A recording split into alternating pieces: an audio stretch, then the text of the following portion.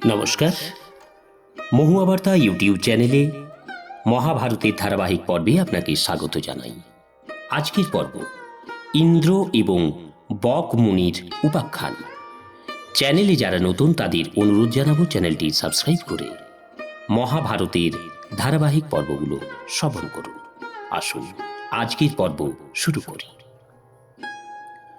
ধর্মরাজ যুধিষ্ঠির মহর্ষি মার্কণ্ডেয়কে নিবেদন করলেন, মুনিবর, শোনা যায় যে বক এবং দালতা এই দুই মহাত্মা চিরজীবী এবং দেবরাজ ইন্দ্রের সঙ্গে এদের বন্ধুত্ব আছে। আমি বক এবং ইন্দ্রের বৃত্তান্ত শুনতে চাই, আপনি যথাসাধ্য তার বর্ণনা করুন। মহর্ষি মার্কণ্ডেয় বললেন, কোনো এক সময়ে দেবতা এবং অসুরদের মধ্যে ভয়ঙ্কর যুদ্ধ হয়েছিল। তাতে ইন্দ্র বিজয়ী হয়েছিলেন এবং তিনি ত্রিলোকের সাম্রাজ্য লাভ করেছিলেন। সেই সময়ে বর্ষা ঠিকমতো হওয়ায় শস্যের ফলনও ভালো ছিল। প্রজাদের কোনো রোগ হতো না, সকলেই নিজ ধর্মে স্থিত ছিল, সকলেই আনন্দে দিন অতিবাহিত করত। একদিন দেবরাজ ইন্দ্র তার প্রজাদের দেখার জন্য ঐরাবতে করে বার হলেন। তিনি পূর্ব দিকে সমুদ্রের নিকট একটি সুন্দর সুখদায়ক বৃক্ষ সংবলিত স্থানে আকাশ থেকে নিচে নামলেন। সেখানে এক অত্যন্ত সুন্দর আশ্রম ছিল এবং বহু মৃগ এবং পক্ষীতে সেটি শোভায়মান ছিল। সেই রমণীর আশ্রমে ইন্দ্র বকমুনির দর্শন পেলেন। বক দেবরাজ ইন্দ্রকে দেখে অত্যন্ত প্রসন্ন হলেন এবং তাকে বসার আসন দিয়ে পাদ্য, অর্ঘ্য, ফুল, ফল দিয়ে তাকে পূজা করে আতিথ্য সৎকার করলেন। তারপর ইন্দ্র বক মুনিকে জিজ্ঞাসা করলেন, ব্রাহ্মণ, আপনার বয়স 1,00,000 বছর হয়ে গিয়েছে। আপনি আপনার অভিজ্ঞতা থেকে বলুন, বেশি দিন জীবিত থাকলে কি কি দুঃখ দেখতে হয়? বকমুনি বললেন, অপ্রিয় ব্যক্তিদের সঙ্গে থাকতে হয়।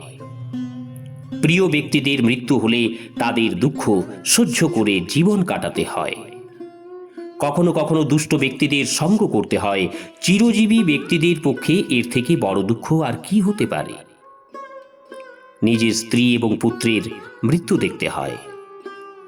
ভাই বন্ধু মৃত্যুর বিয়োগে ব্যথা সহ্য করতে হয়।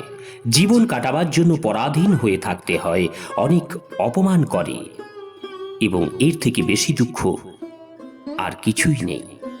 ইন্দ্র জিজ্ঞাসা করলেন, মুনিবর, এবার বলুন, চিরজীবী মানুষ সুখী কিসে?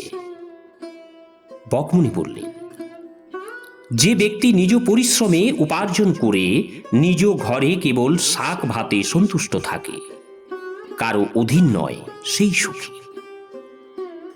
অপরের কাছে দৈন্য না দেখিয়ে নিজ গৃহে ফল মূল শাক সবজি ভক্ষণই শ্রেয়, কিন্তু অন্যের গৃহে অপমান সহ্য করে প্রতিদিন উত্তম খাদ্য গ্রহণ করা ভালো নয়। এটি হলো উত্তম পুরুষের অভিজ্ঞতা। যে অন্যের কাছে খাদ্য গ্রহণ করে সে কুকুরের মতো অপমানিত হয়।